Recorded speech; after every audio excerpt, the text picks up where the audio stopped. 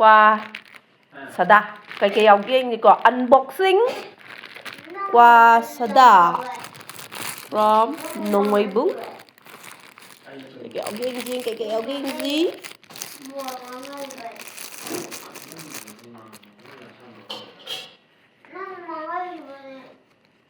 wow mana apakpa sudah tangkai mà happy eh then papaya na semba oram ni masi watermelon gi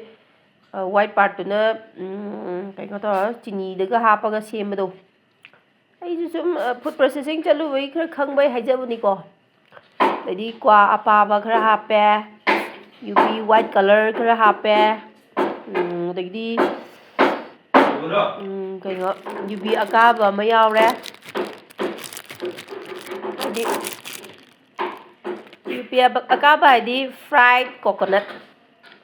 then one cherry sumain tawdana sigi kwa sida